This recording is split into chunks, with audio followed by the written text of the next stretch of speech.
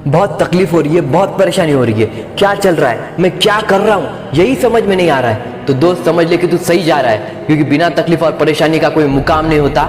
एक पत्थर पर भी जब तक चोट ना पड़े ना, तब तक वो भगवान नहीं होता। कभी सोचा है क्या, सबको हीरा ही क्यों चाहिए, हीरा ही इतना अनमोल क्यों होता है? क्योंकि मेरे दोस्त, हीरा ऐसे चमकता है जैसे दुनिया में और कोई चीज नहीं चमकती।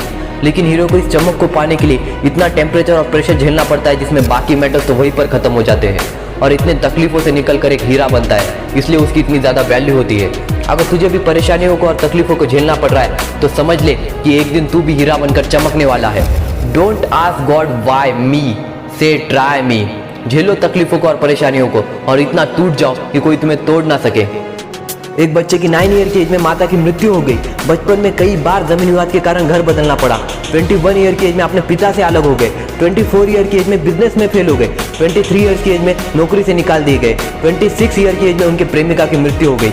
27 ईयर की एज में डिप्रेशन में चले गए। 34 ईयर्स की एज में चुनाव लड़े लेकिन हार गए। 39 की ईयर की एज में फिर से चुनाव हार गए। 45 ईयर की एज में सीनेट का चुनाव हारे। 47 ईयर की एज में फिर से वाइस प्रेसिडेंट का चुनाव हारे। 49 ईयर की एज में फिर से सीनेट का चुनाव हारे। अगर इनकी जगह कोई और होता तो वहीं पर हार मान लेता या खुदकुशी कर लेता या अपनी किस्मत को लेकर रोते रहता। लेकिन कुछ जिद्दी लोग ऐसे भी होते हैं जो खुद की किस्मत खुद ही पलट देते हैं, और ये भी उनमें से एक थे।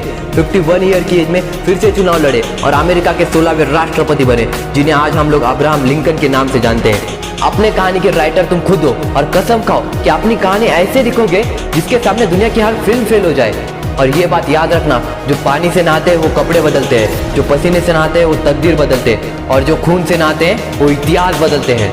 तुम कितने तकलीफों को झेल रहे हो ये कहकर बोलना चाहिए लोगों ने कि ये पागल हो गया है, क्योंकि सपनों को पाने के लिए समझदार नहीं, थोड़ा पागल ही होना पड़ता है।